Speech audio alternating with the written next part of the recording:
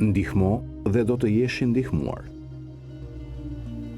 Kjo thënie e shkurtër, por me ndikim të thellë, përmban urtësi dhe udhëzim për të gjithë muslimanët, pavarësisht nga shkollat e tyre. Për të kuptuar rëndësinë e kësaj thënie, do t'i drejtohemi Kuranit për sqarim. Allahu vazhdimisht thekson rëndësinë e ndihmës së të tjerëve dhe shpërblimet që vijnë me të. Në surën Bekare, ajeti 195, Allahu thot: "Dhe shpenzoni në rrugën e Allahut, e mos u shkatërroni me duart tuaja, dhe bëni mirë, me të vërtetë Allahu i do bamirësit." Ky ajet i inkurajon muslimanët të shpenzojnë në rrugën e Allahut, duke përfshirë ndihmën e të tjerëve në nevojë. Duke vepruar kështu, ne jo vetëm që përmbushim detyrën tonë si besimtar, por edhe fitojmë dashurinë dhe kënaqësinë e Allahut. Kjo dashuri dhe kënaqësia e Allahut është një shpërblim vete, pasi na afron me të dhe na forcon besimin. Një ajet tjetër që mbështet interpretimin e kësaj thënie gjendet në surën Hadid, ajeti 11. Kush është ai që do t'i jap Allahut hua të mirë, që ai t'ia shumëfishojë atë dhe për të ka shpërblim fisnik. Ky ajet nxjerr në pak konceptin e huadhënies ndaj Allahut, që mund të kuptohet si ndihmë ndaj të tjerëve në nevojë. Kur ndihmojmë dikë, në thelb po i japim hua Allahut, pasi ai është furnizuesi dhe mbështetësi përfundimtar.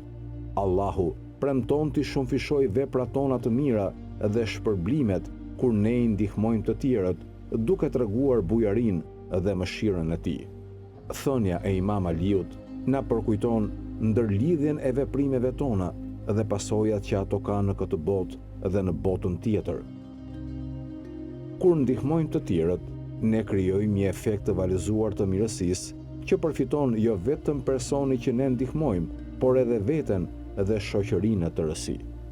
Duke ndihmuar të tjerët, ne frymëzojmë një kulturë dëmshurie, ndjeshmërie dhe uniteti mes muslimanëve.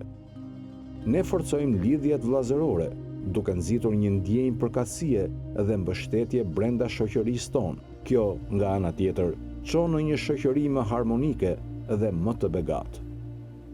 Për më tepër, akti i ndihmës së të tjerëve ka një ndikim të thellë në zhvillimin tonë shpirtëror. Kur shtrim dorën e ndihmës, ne zhvillojmë cilësi të tilla si vetmohimi, porulësia dhe mirënjohja.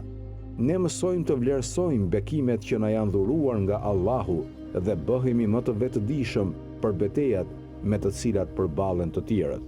Kjo vetëdije kultivon ndjeshmërinë dhe ndjenjën e përgjegjësisë ndaj bashkëbesimtarëve tanë musliman. Si përfundim, thënia e Imam Aliut, ndihmo dhe do të jesh i ndihmuar, shërben si një përkujtesë e fuqishme për të gjithë muslimanët që të angazhohen aktivisht në akte të mirësisë dhe mbështetje ndaj të tjerëve. Duke vepruar kështu, ne jo vetëm që përmbushim detyrën tonë si besimtar, por edhe korrim shpërblime në këtë jetë dhe në botën tjetër.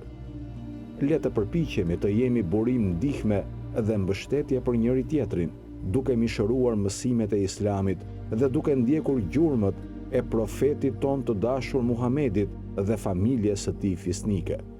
Allahu na udhëzoft të gjithëve në rrugën e drejtësisë dhe na mundësoft të jemi mjet ndihmës për ata që kanë nevojë.